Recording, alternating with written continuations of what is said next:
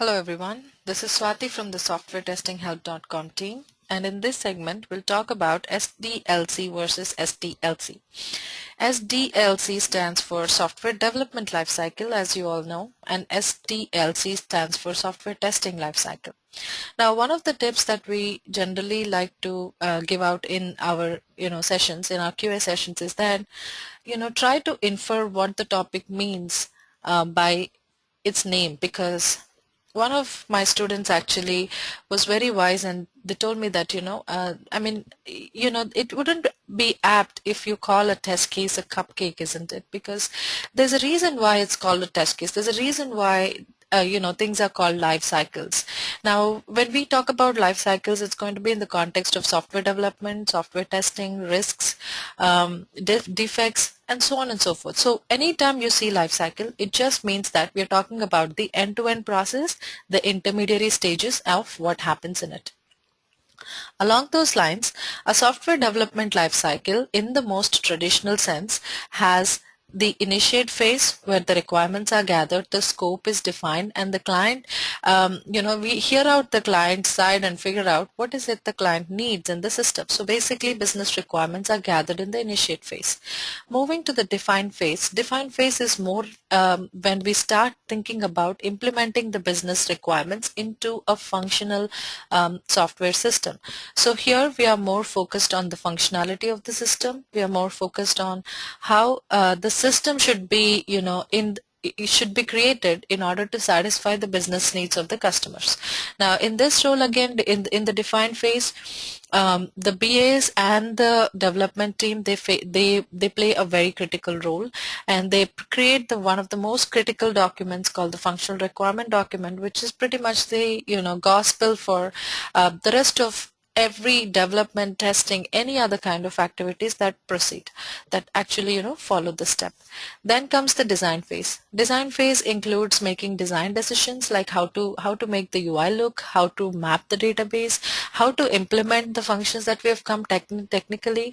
So all of those decisions are made in the design team. So any other technical teams that need to take part in the software development process, in addition to the developers, like the database administrators, data architects, the UI designers, so anybody who needs to be a part of creating the software, all of those technical teams would become part of the design phase. And then comes coding, which is actual implementation of the product itself.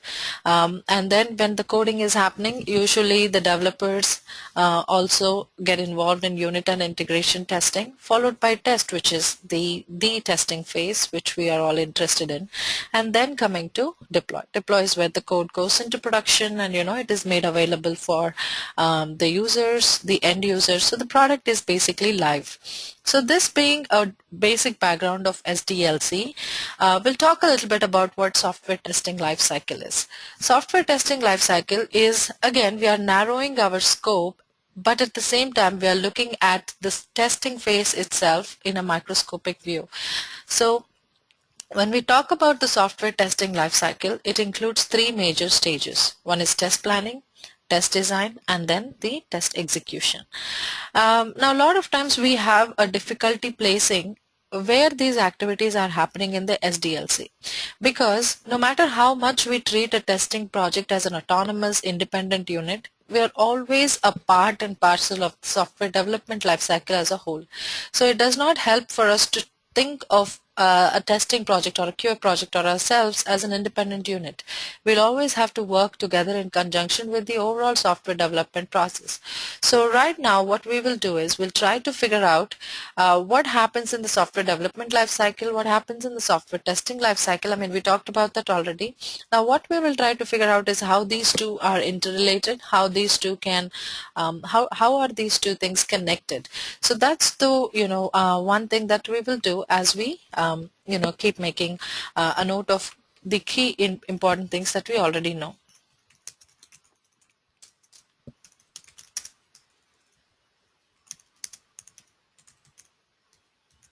So we have software development lifecycle,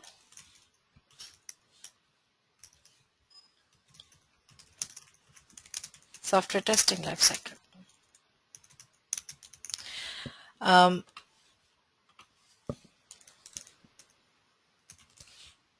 One of the key things that I want to highlight is a lot of times there is the misconception that the entire software testing lifecycle, the entire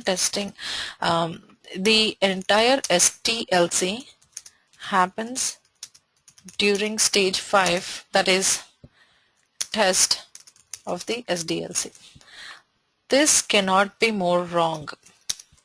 WRONG, capital wrong. This is really not right, because testing is not something that we come at the end and push buttons. So if it were to be true, if this statement were to be true, it just means that after everything is done, testing team just comes at the end and tries to figure out whether the software is as intended or not. Now, the very important part in that definition that we have to note is as intended or not. How does the testing team know what is the intended behavior unless they are involved in the project, unless they're involved in the software early on? So ideally, software testing teams, they get involved in the software development lifecycle in the initiate phase itself. So while the initiate phase is in progress, we start our test planning activity. So test planning is something that is one person led, QA lead led. It is completely driven by the QA lead. Of course, the teams contribute, and the primary inputs for the test planning phase are the project plan itself and any kind of reference documentation that might be available. So this reference documentation might be BRD, FRD, TDD. If the team makes wireframes, then the wireframes are a very important input, use cases. So any kind of references, again, not limited to the ones that I listed, any kind of references that can be established back to the product that is going to be built, everything is very crucial in the creating of a test plan. Now, when we are looking at the work products that are generated in the initiate phase, all we have here is the project plan and then the scope, or business requirements gathered. Now, we are saying that all the, project plan, again, the project plan also is an initial draft, probably not something that is finalized yet, because, we don't know a lot of information about the project yet. All we know is the business requirements. Based on the business requirements, the project manager is going to make a preliminary plan. So the project plan itself is an initial draft. The scope or business requirements is, one part of the reference documentation that is to be created. So the test plan phase itself is not something that is a totally done during the initiate phase. So since as we keep moving into the project more and more, we are going to get more and more understanding of the system, which will help us plan for the testing better. So that is why planning is a continuous phase. So when we say we are planning the testing, we are planning for how to create test documentation, when to create it, what to do, and all that. We are going to also plan for UAT, because that also is a testing phase. And since we are the testing experts, even though we do not directly do the UAT, we kind of prepare the plan and overall strategy on how it needs to be performed. So following these guidelines, test planning is a continuous phase, and it starts in the initiate phase, there is no doubt about it, but it spans all the way from initiate until coding, right before we begin testing. The next phase and the test plan document is something that needs to be kept current, and test plan is the output or the primary deliverable of this phase. And this is something that is not a static document. That is, you don't create it once and keep it as is and just follow it for the rest of the testing engagement. We update it as and when there are new changes coming up. So it's not a static document and needs to be kept current at all times. So that being a little bit of a background on test planning is something that spans all of this. So what I'm going to do is I'm just going to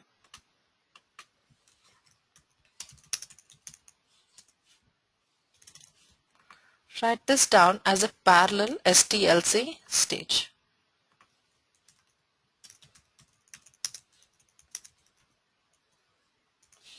Okay, so next moving on to the define phase. Now define phase, as we talked about, is where the FRD gets created mostly. If there are use cases, anything else, any other further documentation that gets created, TDD, and more documentation on how the system is to be implemented. And here the code itself is created. That is, the software gets unit and integration tested too. and it will start to look like the software will now start at the end of it. End of the stage, the software will look like a customer facing system. So this being the work products of each stage, we'll now move on to the next stage of the STLC, which is the test design phase. Now test design, or test documentation, however you would like to call it, is something that is not done by one person. This is something that is QA team effort. Complete team gets involved, including the lead, of course. And here what we do is we review the reference documents, we gather test requirements, we create test scenarios. Test scenarios are one-line pointers of what to test. Following this, we create test cases. We review the test cases in a peer review, internal QA review. We create traceability matrices, and then we send the QA documentation for BA and dev review. Now the input for this stage is that you would need reference documents, of course. And the output for this stage is that you would have test cases all ready to be tested. So this is what you're looking at. Now since we need, one of the most important reference documents that we need is the FRD document to be able to finish, to be able to accomplish the test design phase. And FRD does not get created until the end of the define phase. So test design happens in parallel with the product design. So I'm going to insert a column here, and this is where the test design phase goes on.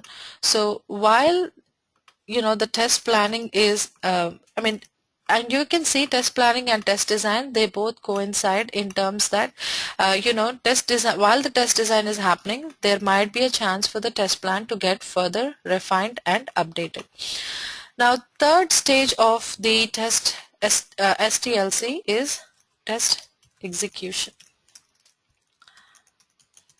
So test execution is something where system testing is performed, and the test plan document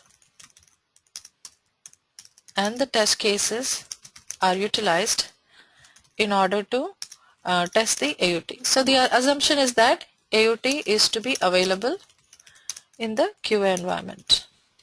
So once we have these three things, we start with test execution. So test execution is simply that you will take your test cases, use them on your application, and then you will compare the expected and actual results. When the expected and actual results are a match, everything is fine. When they are not a match, we encounter defects. So test execution involves three major activities. One is running the tests, running all the tests created earlier in the earlier stages of the testing life cycle, yeah. And the second thing that we do is test case maintenance, because so far we have been writing the test cases based on the reference documentation, but sometimes most often there's always kind of disconnect between what we write and what actually happens in the system. And again, this is minor differences I'm talking about. Let's assume when you are testing, the sign in button reads login, and the business analyst clients, everybody agrees that it should be login. So in that case, we just go and modify our test cases if there are any problems in there. Anything that we have written inconsistently. So test case maintenance is a part of test execution phase. And the third thing that we do in the test execution phase is we provide reports. These reports are daily status reports, defect reports, and at the completion of this phase, we provide something called a closure report. So creating these reports, running the tests, all of this is an integral part of system testing. Now, system testing, we might assume that it will span over, okay. So it's actually incorrect to assume that system testing will span over the test phase, because testing phase is something that includes system testing and UAT. But the test execution that we are talking about is system testing only. We are not talking about UAT. So if I were to write what parallel STLC, this belongs to, I'm going to actually write system and UAT testing, and only for the system testing the test execution is applicable, not for anything else. So it's only a phase of STLC. So to give a quick recap, um, test planning is a continuous phase that happens all the way from initiate through coding. In the SDLC, the design is something that starts in the design phase of the SDLC and goes all the way to coding. And then the test execution is only a part of the test phase because the rest of it is for UAT testing. So this simply is how the software testing lifecycle and the software development lifecycle they integrate, and what they mean individually and what is it that they represent. As always, we welcome your questions and comments. So please let us know your feedback on what you think about the concept that is discussed in this session. Thank you.